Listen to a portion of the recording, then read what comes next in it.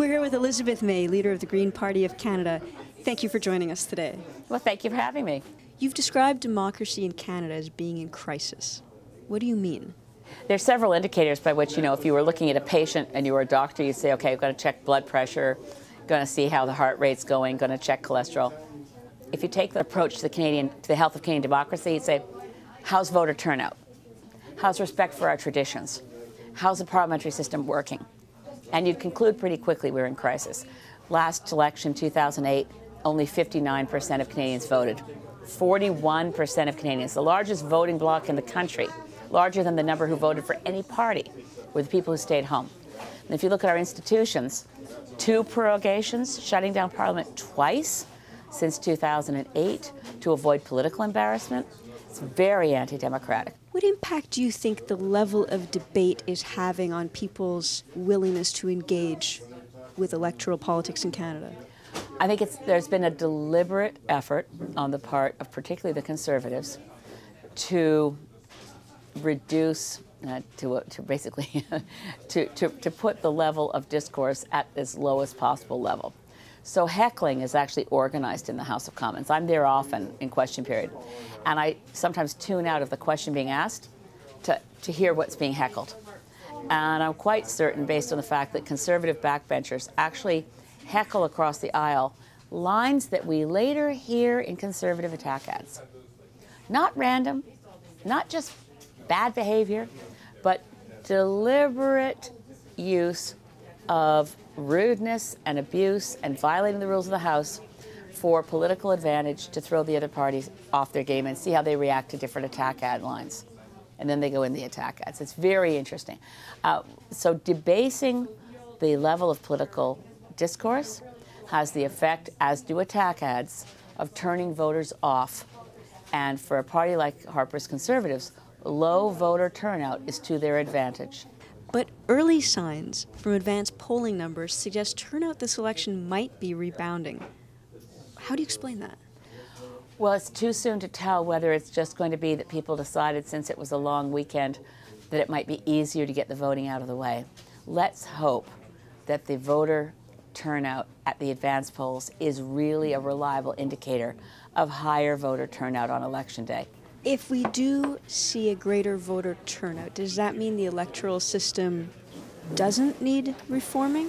Well, we could see a higher voter turnout and still be a long way from where people vote in a proportional representation country. You look at, in the Scandinavian countries, over 80% of people vote. In Greece, it was over 90%. Throughout Europe, Brazil, there are a lot of countries that show much, much higher levels of voter turnout with proportional representation. So I think, suppose we go from 59% voter turnout to something phenomenally bigger than that, say 65%. We're still, in a global sense, reflecting a very large number of Canadians not voting compared to citizens of other countries. And I think the culprit is our very perverse voting system. So what needs to change? Well, there are a couple of things that are urgent. Our voting system needs to change, but that will take time. We need to actually respect the existing traditions we have on Parliament Hill. They've been, when Stephen Harper was founding, and his government was found in contempt, they were just in contempt for a couple of issues. Those were the couple of issues that went forward. If you're somebody who believes in parliamentary democracy, his whole attitude is contemptuous towards traditions, towards the notion that our parliament is all 308 MPs. Our government includes opposition members.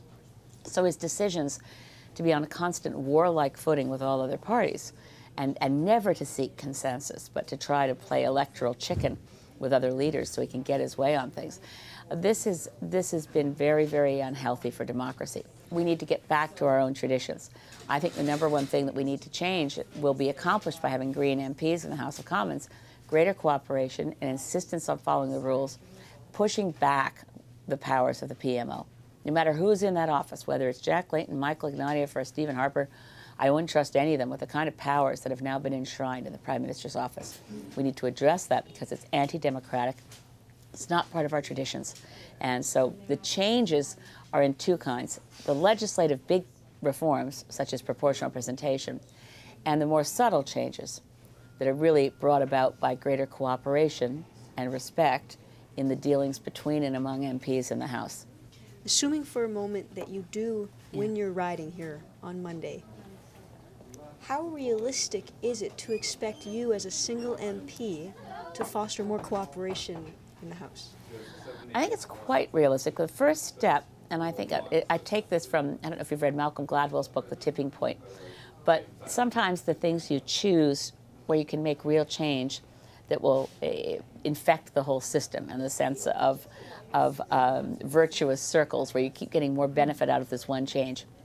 If you look at Tipping Point, they talk about a group of, when New York City wanted to reduce crime rates, they went for something that seemed a little off point. They decided zero tolerance for graffiti in the subway cars.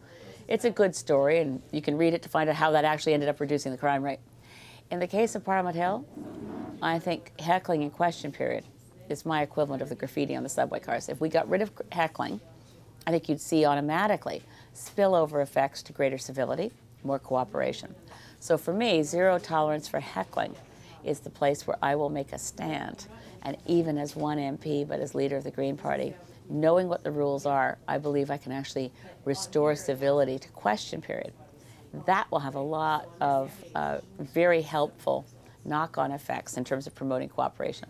I'll also try to cooperate with other parties as much as possible, and specifically with independent, and not just independent, but individual MPs within other parties who might like to work together in a quiet way without drawing attention to the cooperation. We need to liberate a lot of MPs from their own parties. But can a single MP effectively eliminate heckling in the House? Yes. How? Because there are rules, and the rules say you're not allowed to interrupt someone when they're speaking. And I've talked to individual MPs who thought they could end heckling by not heckling themselves, or whole caucuses tried it in the case of Preston Manning when he first went in with reform. You can't end heckling by saying, I won't heckle, because other people will.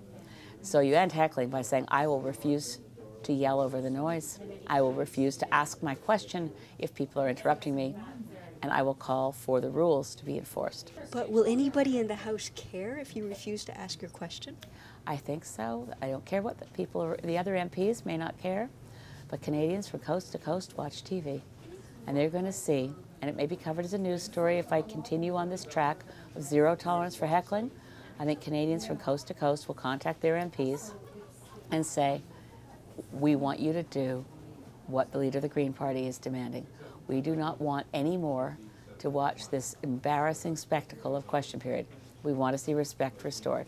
So I think I'm absolutely going to be able to make a very large change. See how my strategy works. It may not require Canadians coming on board. It may be enough for the new Speaker of the House to see that I'm serious about the rules being enforced.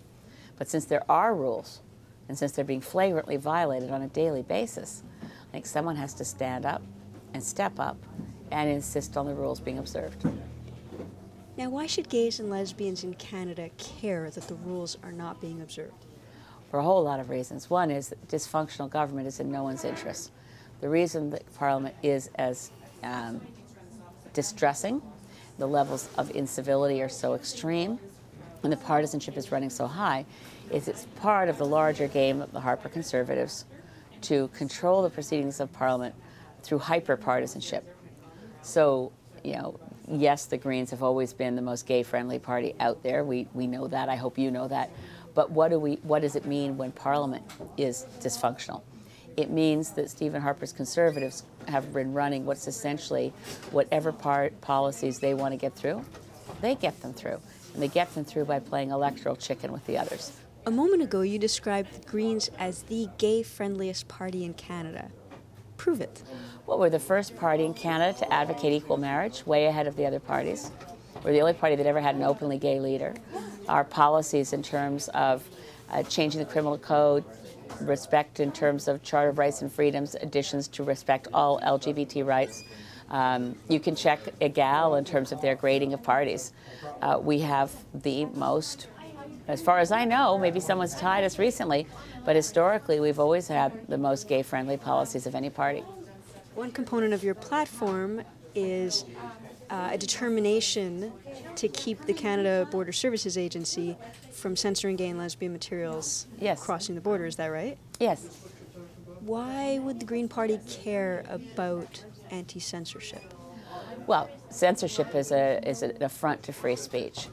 And so, except in the instance of inciting acts of and crimes of violence and crimes of hatred against discernible groups, where we think there's some limits on free speech, but we believe that free speech is an essential part of the fabric of our freedoms.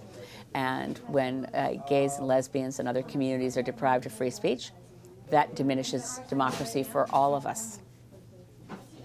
So the Green Party is not simply concerned about climate change? No. Well, we think that if you're going to be accused of being a one-issue party, if the one issue is survival, that's a good one. But our issues are as broad and deeper than the other parties in this country. We're looking at the full range of concerns for social justice, elimination of poverty, health care, and a strong economy, job creation, all the things that you'd expect to find in the platforms of other parties, you'll find with us, but you'll find, I think, more detail, more research to buttress our policy approaches, really positive solutions, and we budget everything. So it's economically and fiscally responsible. But how likely are you to win a seat in your riding, really? Well, I don't know. I don't like to, 4 days from the election, use the word likely. It's certainly, right now, a very close race. I think it's too close to call. I think it's looking very positive right now, but all of our volunteers in Saanich Peninsula and on the Gulf Islands are working very, very hard, as am I, to make sure that we talk to every voter we can between now and Monday to get out our vote on Monday, so that we actually can be, making history in Saanich Gulf Islands. I think if they wake up to the news, or when they wake up to the news, that they're Greens in the House of Commons, there are a lot of people who will be so encouraged about democracy. In the same way that a lot of us woke up happy when found out that Mayor Nenshi had won in Calgary. The upset win. The win for someone who's speaking truth to power. The win for a voice that's different from all the conventional parties. May 3rd, we wake up to the news. What's the best outcome? If it's a minority parliament and Stephen Harper has more seats than the other parties, we need to start saying right away, wait a minute, this is a hung parliament. Who should form government? I think that would be really a helpful change. That would be the best result out of this election, would be to pause, not declare a winner, which isn't the case. Our democracy doesn't work that way. We don't elect prime ministers. We need to stop and look at what are the cards we've been dealt. How many Green MPs, how many Liberals, how many New Democrats, how much Bloc, how much Conservative, and how do we work together? Your parting words to Canada's gays and lesbians, what's your message to us? Look at our policies. Look at our platform. Decide for yourself. Whose voice would you most want to have be your voice in Parliament? And when you look at what we've put forward as a plan, where else are you going to find a party that's this fiscally responsible, that's this committed to social justice, that's this committed to gay, lesbian, transgendered, and transsexual rights, that's this committed to social justice, eliminating poverty, and having a foreign policy focused on peacekeeping, grounded and embedded in ecological sustainability? You're not going to find any other party. If those are your values, then you're a Green. You may not know it yet, but look at our policies and look at who we have running in your riding. And I think a lot of Canadians skip to looking at the leader. Look at your local MP choices. Who do you think would best carry forward your values on Parliament Hill? And I think when you look at all those things, you're going to end up voting Green. I better get cracking or we'll be late for everything. Thank God you're in this group, Sue, or I'd seriously worry it was happening to gender equity in this organization. Well, we do happen to have a female candidate and a female leader. Yeah, but it's not good enough.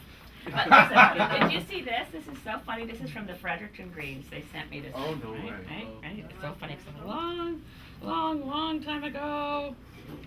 Nice. Yes, it's perfect. Nice. Isn't that funny? Yeah. Gotta go. See you later. Bye. Excellent. All right.